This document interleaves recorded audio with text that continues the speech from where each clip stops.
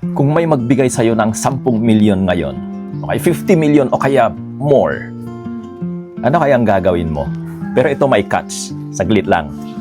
Kung bukas, bigla kang mawala, sigurado ka bang nabuhay ka ng may kabuluhan?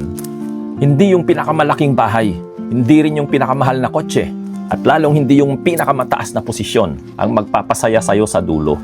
Ang mahalaga, ang pinakapurong pagmamahal, ang pinakatibay na pananampalataya, ang pinakamasayang alaala kasama ang tunay na mahalaga.